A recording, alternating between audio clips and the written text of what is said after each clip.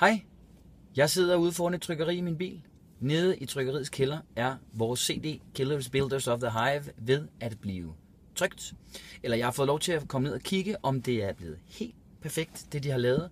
Så lige om lidt, så tager jeg jer med ned i kælderen i trykkeriet, så I kan få lov til at se, hvordan man trykker sådan en CD-cover, som jo er ved at gå af mode, men måske det kunne være spændende lige nu at købe en Cirkus-CD, inden det helt går af mode, så man kan have et relikvie stående på sin hylde.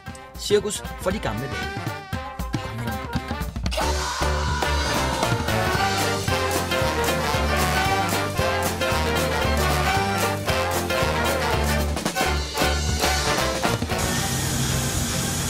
Kører den lige en gang hen over striben her og tjekker, at alle de der farver passer.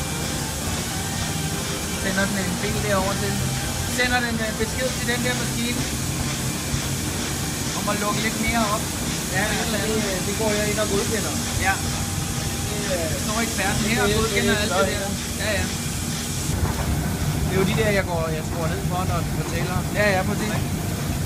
Så kører papiret lige igennem der, er det det? Nej, det der ikke. Nej, det er simpelthen her, hvor du bestemmer, hvor meget gul der skal på. Ikke? Ja, ja. Så her er der en kemisk forbindelse, der gør, at når malingen kommer på her, så er det kun, eller farven, så er det kun der, den sætter sig fast.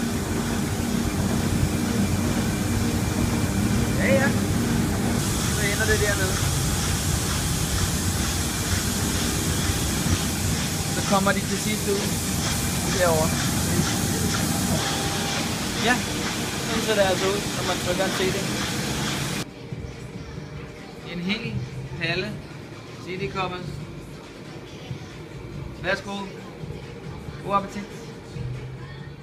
Ja, det var så første tur på første CD. Glæder mig meget til at kunne sende den ud til jer. Nu skal den lige ligge og tørre, og så skal den til bogbinderen. Det bliver meget spændende. Glæd jer til Killers Builders of the Hive.